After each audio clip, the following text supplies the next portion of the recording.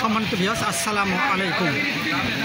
পথে চলিতে দেখা, অর্থাৎ আমরা অনেক সময় পথ চলি এবং ভালো মানুষ স্ব জায়গা থেকে সবাই ভালো মানুষ খুঁজি।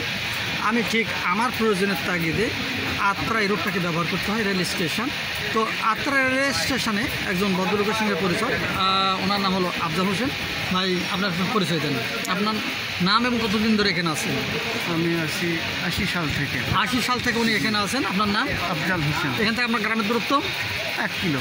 1 কিলো দূরত্ব। তো ওনার সঙ্গে আমার এই রেল স্টেশন উঠতে গিয়েই পরিচয়। তা এখানে রেল স্টেশন ঘোরাঘুরি করতে গিয়ে অনেক মানুষই দেখেছে।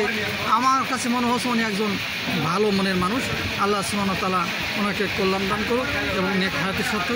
আপনারা বিশ্বাস করুন, উনি পানের বিক্রেতা, কিন্তু সততার ক্ষেত্রে আমি যতটুকু দেখেছি আমার আপাত দৃষ্টিতে বিন্দুমাত্র ছাড় নেই। উনি একনিষ্ঠ লোক।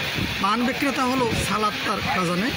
আমরা যেখানে যে অবস্থা থাকি না কেন, আমরা সালাত আদায় করি এবং কল্যাণের পথ খুঁজি। আর হ্যাঁ, আমরা পথে চলতেই এরকম কিছু ভালো মানুষের সান্নিধ্য লাভ করার চেষ্টা করি। আল্লাহ সুবহানাহু ওয়া তাআলা আমাদের সকলকে বুঝদান করুন। আসসালামু আলাইকুম ওয়া রাহমাতুল্লাহ।